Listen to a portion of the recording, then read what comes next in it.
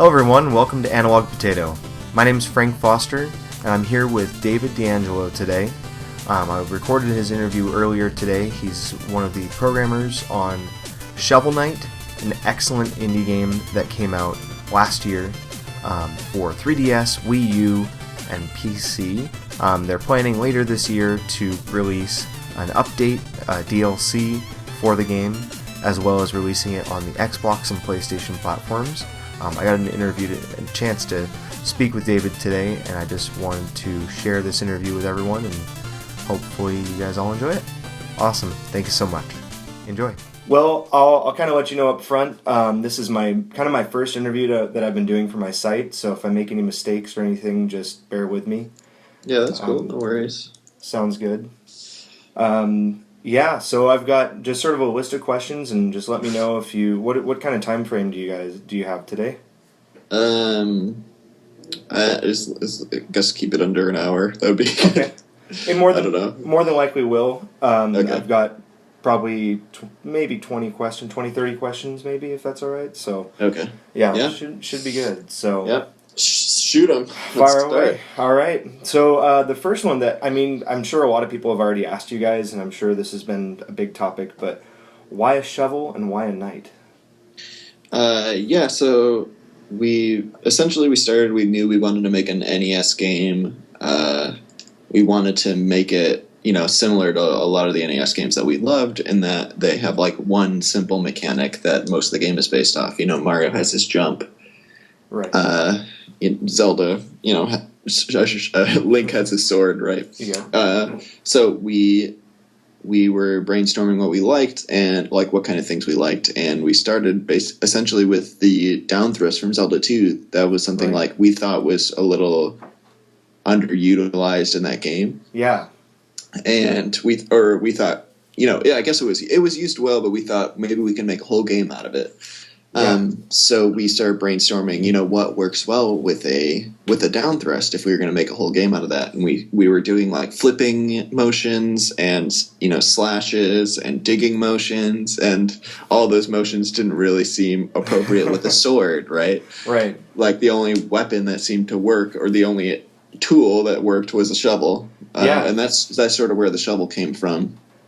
And then, I think our natural tendency is just to start brainstorming stupid ideas, and that's sort of where the knight came from. Well, that's kind of the best part about games, and especially indie games, is that you get that ability to kind of be a little goofy. You don't have to be serious. Like, that's what I love about the game.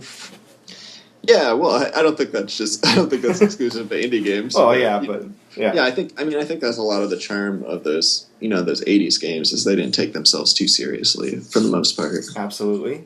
Or they took themselves so seriously that it was hilarious. That was too much. Yeah. Yeah.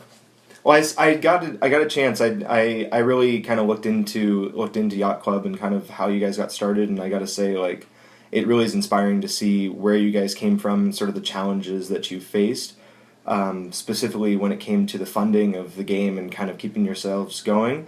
But were there any other particular challenges that you guys kind of came across that were really difficult during the development? There are a lot of challenges for sure. Just past normal, making a game can be really difficult.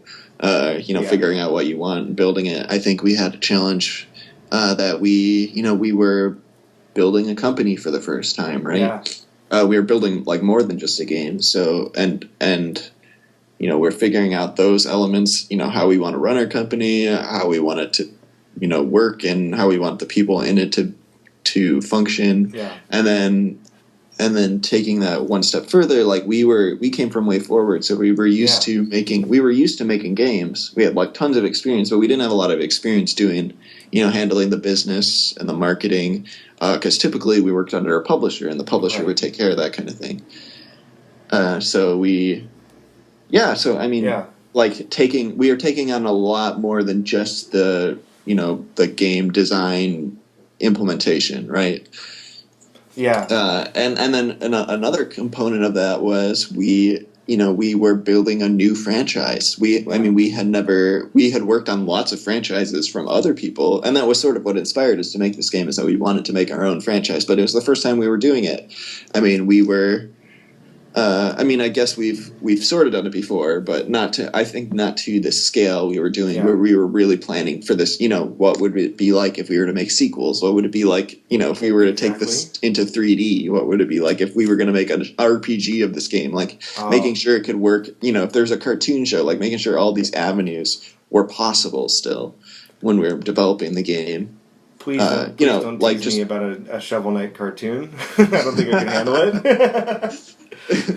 Yeah, well, I wouldn't be able to handle it either. But I mean, it was, it was just we had a lot of new experiences going into the game, making the game. And then another big component was we did this Kickstarter, right? Right. So what's really really unusual thing about that is we were building a game and everyone knew or everyone had a pretty good idea or some, or their own crazy idea that was really far off or whatever, of what our game would be. Right. Yeah. So, I think one of the big fun parts in making the game was when we released the game, all our Kickstarter backers were like surprised at how big and, how fleshed out the world was. All these elements that they weren't expecting, because they were expecting more of like a standard Mega Man-ish type of game, but we really blew it out of the water in in that respect, where we have a village and all this, all these other elements to the game. Well, I got to say, so making it so we, hit those fan expectations and still delivered on our own ideas is was a constant struggle. Well, and you're one in a sea of many. There's so many out there that don't meet that. And I think you guys definitely nailed it. Definitely. I'm very disappointed that I didn't back it when it was available, but I think I made up for it because I have it on pretty much every other platform. But yeah, I got to say that the map style that you guys chose definitely, I think, lends itself to being a little more of an exploration, and kind of I'm sure it can lend to expansion a lot easier than sort of a Mega Man style game would. So I definitely say kudos to that design. And I think, we definitely had, when we did our Kickstarter, we showed a picture of what a map could look like, and we showed, I think all of the ideas, all the, our vision for what the game would be was all there in the Kickstarter, but I think it was probably hard to see the full scale of it, right? That was a really fun. That was the fun part. Was usually you surprise everyone with the entire game, but we just surprised you with a little bit. That's a good way to keep people coming back and keep people updated. Yeah, I hope so. So kind of along that same lines, you kind of were, at least from what I could see, one of the first few that sort of started developing for Nintendo platforms, at least from a Kickstarter indie perspective. There definitely have been other indie games before you on Nintendo's platforms. Yeah. But was there anything, what was that like working with Nintendo? Was there anything that was there any challenge that you faced, or any sort of interesting insight as far as how Nintendo handles indie developers? Really, it was a pleasure in every way possible. They were super supportive. We had worked with Nintendo in the past, but we didn't really have connections there, right? We're, someone else dealt with that. So, we just blindly sent Dan Edelman, who was the indie lead at the time. We sent him an email that said, "Hey, we're doing a Kickstarter tomorrow. Can you approve? Would it be okay if we said we were on Nintendo platforms?" And a week into our campaign, he responded and said, "Sure, yeah, it'd be no problem." And we were surprised someone would even take us seriously. And then, since then they were they were wonderful to work with. They promoted the hell out of our game. It was crazy. They brought us around to conventions. They did those live events with us. They did a press release for our game, which is pretty nuts. They did an eShop takeover with all our art. They featured us so many times. That's awesome. Yeah. And then on the back end, they helped work with us to figure out when we could get get the release out there, it like hitting, making sure like, hey, can we do updates? Can we do, can we get this support or whatever? Can we do things like 3DS themes? Like any question or avenue or thing they're always there to help, which is so amazing. That's awesome to hear, because I know that it seems, at least from, I'm not as much on the, I don't know too much about the development side and what that looks like, but it seems that some of the bigger, I shouldn't say bigger ones, but like Xbox and PlayStation and Steam seem much more conducive to indie developers than Nintendo might. So it's great to see when they do back it, like to see from a gamer's perspective, like where that goes. Yeah, I mean, they definitely still have work to do. I mean, as all the platforms really.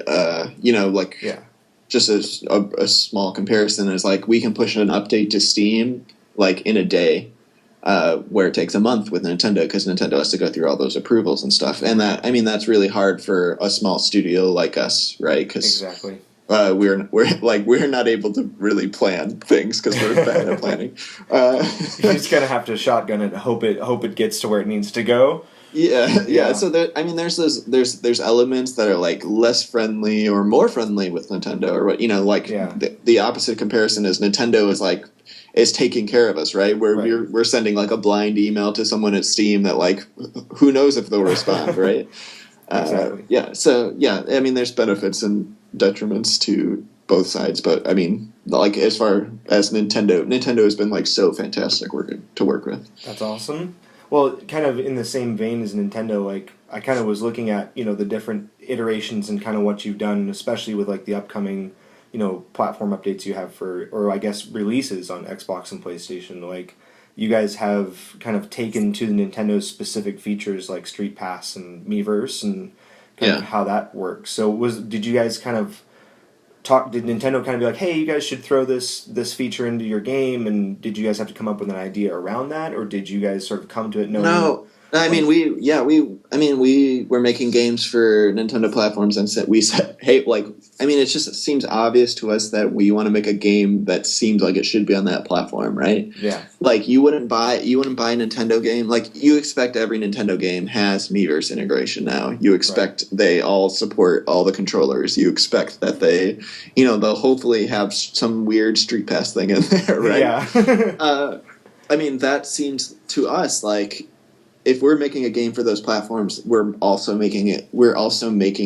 to include those features, or people won't consider us a Nintendo game. Right.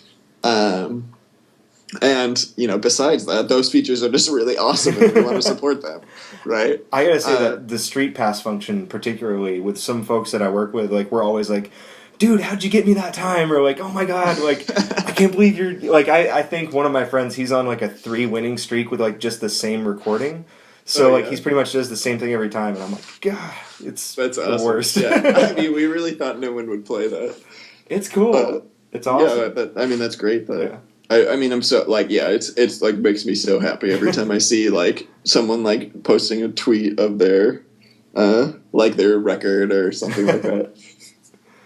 Well, but yeah, I mean, we just really wanted to support those features. And so, I mean, from the beginning, we sort of planned out, like, what can we do that's like a little different but doesn't like totally consume our development process, because we're a small team. Absolutely. Well, it's definitely great, because I mean you do have those folks who don't, and it's like that's kind of the icing on the cake for sure. Yeah. Okay, so on to the next ones. So what kind of, I know definitely Shovelknight has kind of received a pretty positive response from the community. Have you seen any particular communities that have been more vocal than others, or have you seen, I guess what I'm trying to get is like, where have you seen the best feedback from? Like what communities? The Nintendo community, the Steam community, where sort of the gamers, what have you seen that they've kind of requested and asked for? I mean, it's definitely unique when you have a Kickstarter game, because I'm sure you got a lot of feedback during development there. But have you seen anything post-release that has been very helpful? I don't know who's been most vocal. I mean, it's, I guess in in terms of like our, it's easy to tell that our Nintendo fans are like celebrating it more, because you can open the Miiverse at any time and just see people like adoring the game, or pointing out their favorite moments, or being stuck and calling it BS or whatever. So I mean, from that point, like from that standpoint, it's like it's easier to see their communication with us. I mean, it's but like otherwise, I don't know. It's hard to really say. Like usually when people like get in contact with us or tell us about the game, they're telling us about Shovel Knight. They're not telling us about like where they played it, right? Yeah. I mean, oftentimes they'll ask, but yeah, it's like who knows for the most part. It's really cool when someone mentions something specific, like I played it. I did the 3DS Street Pass and it was awesome, or like something like that. But yeah, I mean, really, it's for the most part, it's just like people talking about the game rather than where they played it. That's awesome. Yeah, I mean, it's a very tough thing to pin down, especially when you're on those multiple platforms where the community's coming from. Yeah, I was gonna go somewhere with that, but my brain just died for a second. So no worries, my brain is always dead. So. All right. So I got kind of another sort of to go off to a little bit different topic, but one of my other cohorts on the website kind of wanted to know like who came up with the idea of the Trouples. Or is it Trouples? How would you pronounce it? Yeah. Trouple, okay. Half trout, half apple. So where did that idea come from, and kind of how did you manage to nail that? So the initial like the design for the character came from I can't remember exactly what it is, but there's like an shoot. I'm gonna forget, but anyway, like Sean got delivered like some package or something that had this character on it that was like half fish, half fruit or something, and it was like super bizarre, and we sort of stole like the idea from that because it was just like seemed so dumb. But the actual like the design of like what it is came from like all these games we loved in our youth. Yeah. Like all the Zeldas always and all like Final Fantasy always had this like weird moment where you're like forced to watch a dance or a song or something bizarre. Yeah, that like it's like just seems so out of character for like what you've been doing in the game so far. But it kind of meets it so much. Yeah, it just kind of... So, I mean, that was sort of the initial, like, where it came from. Like, like a good example is like a Link to the Past, like... Oh, yeah. When you're going and collecting those pieces of the song or whatever, and each thing is like, they all dance for you, and it's like, what the hell is going on, right? Well, we're actually really upset when we played Link Between Worlds, because Link Between Worlds like revived that idea. They hadn't done it for like a really long time, and then they brought back the My Mice, or they did the My Mice, and it like sort of reinvigorated that like idea. And we're like, no, they stole it from us. This weird little thing. Yeah, that's so cool. Yeah, because that definitely was like, I want to get a shirt that says like "All Hail the Trouple King." Yeah, but I know it's definitely like. It's one of the weirder little pieces of Shovel Knight because it's just so offbeat, but it kind of adds to that world. It's so cool. I mean, I think that like that's a lot. I mean, we wanted to inject a lot of that humor and just bizarre world building into the game, and I mean that was like a really like clear way we could do it. Cool. Well, the next one I wanted to throw at you was kind of the decision to make it sort of in the 8-bit style. Did you guys kind of start that from the beginning, or did you say like, hey, we want to make it retro style, but we want to either go like 16 or 8 or kind of in that particular sort of pixel arty style? Because it's definitely a style that sort of a lot of indie games use these days, but I feel like you guys kind of nailed it as close to the NES kind of had. So was there any decision to stay particularly 8-bit, or was it sort of like we want to make a 2D game, but I mean, where did that decision come from? Yeah, so like back to the sort of shovel discussion, I mean, essentially it was, we started, I mean, we had been making these retro sequels, retro revivals, retro recreations, whatever you want to call them. We did like Double Dragon Neon and Boy and His Blob and Contra 4 and games like that, where we're taking these 80s franchises and making a new game, right? And we just thought, like, wouldn't it be fun if we made the first one in the series? So that's sort of where we started, and we wanted to make it the same way that they made those games, which is we wanted it to be an NES. We wanted it to be 8-bit. We wanted it to feel like those games. We wanted it to have the same feelings where you're imagining so much more than is there, right? Yeah. And at the same time, like, we wanted to make a very simple game. We wanted to make it off a simple mechanic, and that fit in with the NES, style of gameplay. And then, what else did I want to say? I'm sort of forgetting now, but that's all right. Brain farts, it happens. Yeah, I mean, we just we loved those games, and we wanted to make a game that showed why they were so special. And it felt really important that we said that we put it in that style, so you knew what it was, right? I mean, for two reasons. One, so if I'm a person that played those games, I sort of know, I know what I'm getting into, right? I know that this is going to be like those games, and I'm going to love it for that reason, right? And then the second was that if you played, Shovel Knight for the first time and you never played an NES game, you sort of knew where to look for them, right? Exactly. And that was really important to us, that this could be your first NES style game, and we wanted to make sure after this you should be playing Mega Man and Zelda and Mario, and your mind should be blown by all these amazing games. It is kind of a primer to, especially when I look at Mega Man, there's definitely that inspiration of the bosses and sort of taking their powers in a way, and sort of kind of how you set up for that. But there's also that Legend of Zelda sort of exploration. I mean, you guys kind of sort of said, here's if you want to start playing any of these retro games, play Shovel Knight first. That definitely is sort of the feeling that I get when I play Shovel Knight.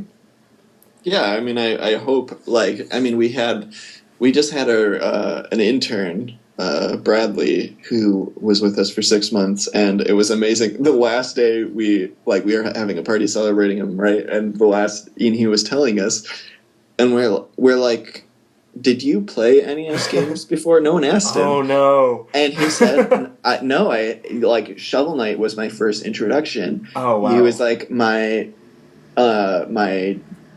played Shovel Knight, and then I told my dad about it, and my dad was like, hey, I have an NES in the garage, you should get it out and play it. And then he started collecting NES games and stuff because he had played Shovel Knight, awesome. Which is so blew our minds, right? That is...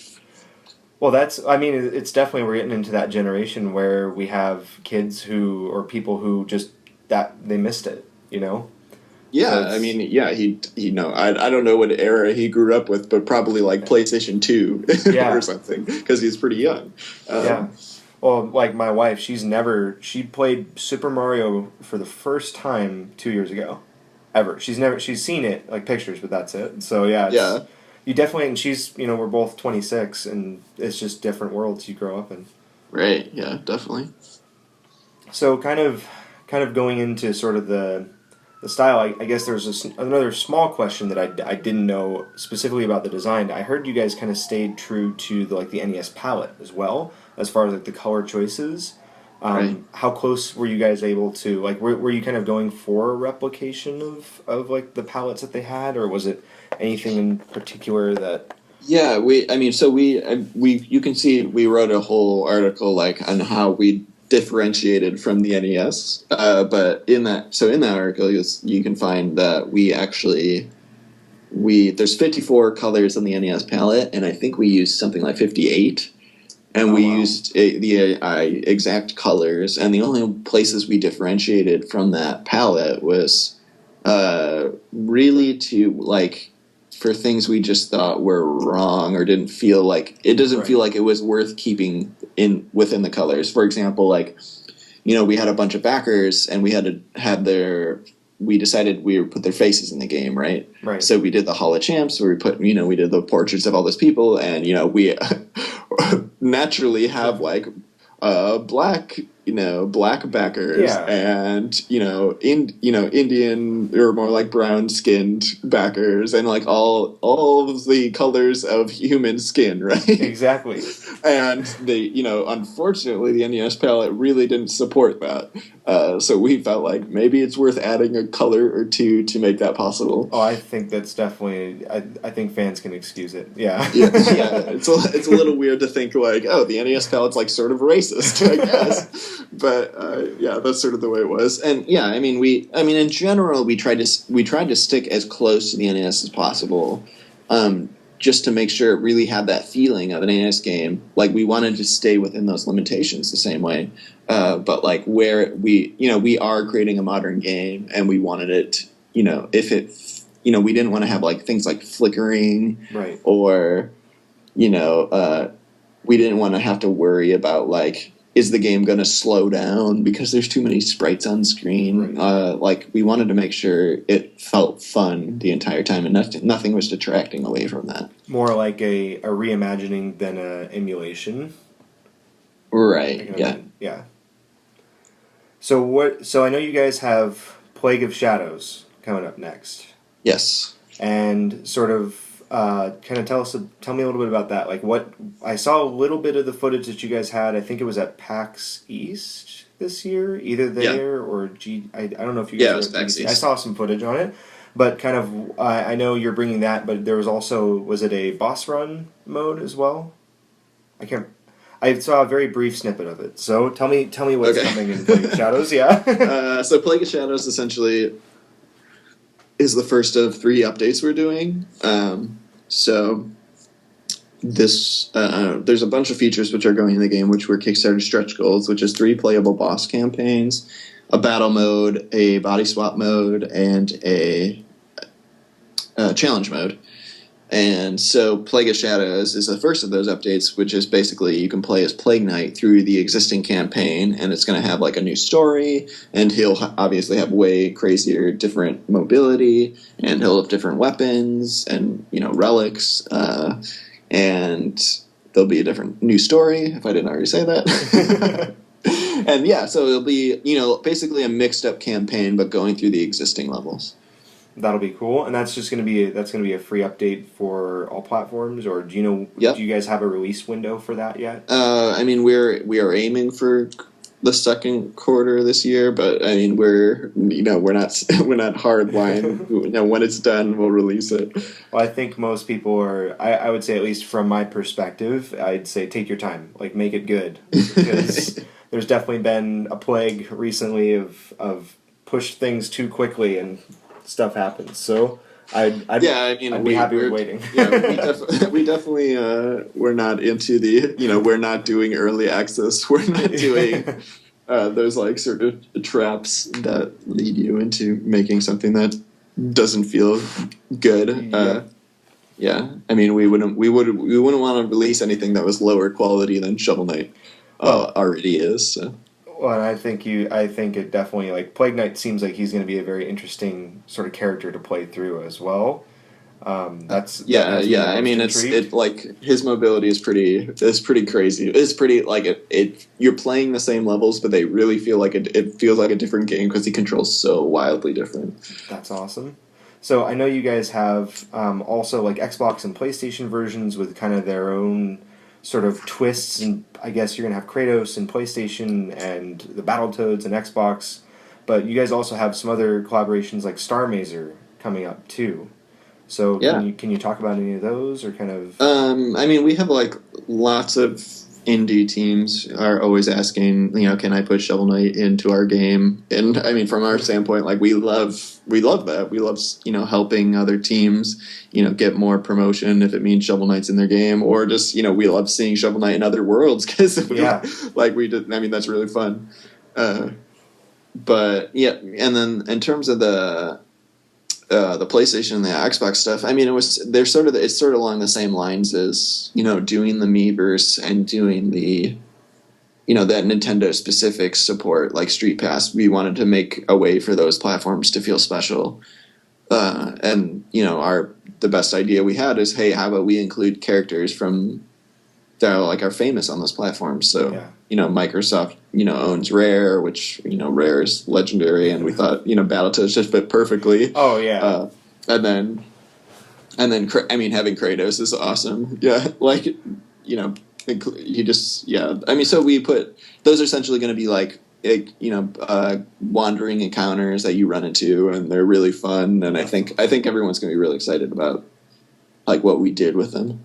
That'll be really cool. I'm most excited for the Battletoads one, to be honest. I don't have a PlayStation 4 yet, so that's why I'm okay, ready for the Xbox. Sense. It's gonna be cool. I'm excited for it. I mean, we put a ton of love into it. I mean, it was crazy to be they haven't made a Battletoads game in 20 years. So to think that we're the first person touching that property in so long is incredible. And we're writing Battletoads dialogue, and it feels wrong, but it's so much fun. You just have to make sure it's true to Battletoads and make it an impossible fight. Yeah, right. Impossible to beat. You just can't beat it. Yeah. So I'm sure you've heard of the Smash ballot that's going on. Yes, we've definitely heard about it. How would you feel if Shovelknight were to be number one in that list?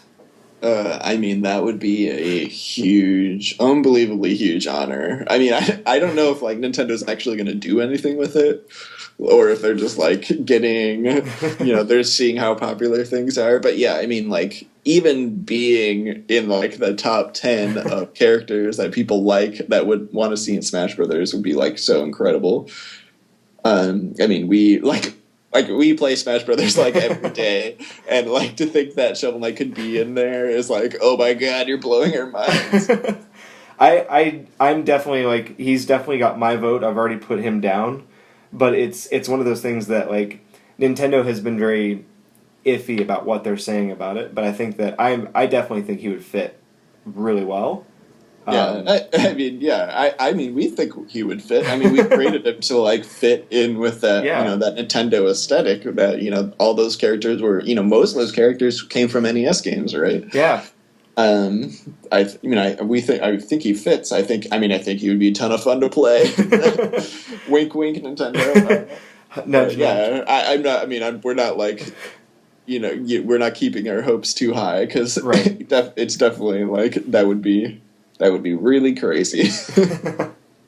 Well, I'll touch base with you guys again once he gets into the game. Oh yeah. So kind of to wrap up, just a few kind of smaller questions. How quickly, if you had to describe Shovel Knight to someone who's never played it before and who's never heard of it before, how would you describe it as quickly as possible? I would say it's a 2D platformer, sort of in the same vein as Mario, Mega Man, Castlevania. It's created with a retro 2D, 80s NES aesthetic, and the gameplay comes from there too. And it's got a lot of fun and levity and charm, and fun, challenging gameplay. Awesome. That hits the nail on the head. And then obviously you're playing Smash, but what else are you playing in your spare time? Let's see. I just picked up the new Kirby Rainbow Curse game. Oh yeah. Yeah, I started playing that. I downloaded Final Fantasy Tactics on my iPhone. Oh my gosh! So started replaying that a little bit, but I don't know if I'm gonna play too much because I don't really like playing on my phone. Yeah, you kind of need a controller. Yeah. Well, you don't need a controller too badly, but it actually works pretty well on the touchscreen. But unfortunately, there's an obnoxious sound every time you touch, and I just can't stand it. It's brr, brr, brr. It's I don't want to hear that every time I touch. Imagine every time you touch the D-pad, a weird sound came up. They kind of did the same thing, I think, with Final Fantasy. It was either 3 or 4 that they did for mobile. And it had some weird something that they did in that too, but yeah, it's just one of those things. Right. Well, awesome. I think that's it. All right. Yeah. One last question, more for my own edification, but what would it take to get Analog Potato in Shovelknight? It might take quite a bit. You don't have to answer it. You would need to back our Kickstarter as a director for a day last year. Okay. I'll just get into my time machine and I'll rewind. We'll take care of it. Right. Yeah.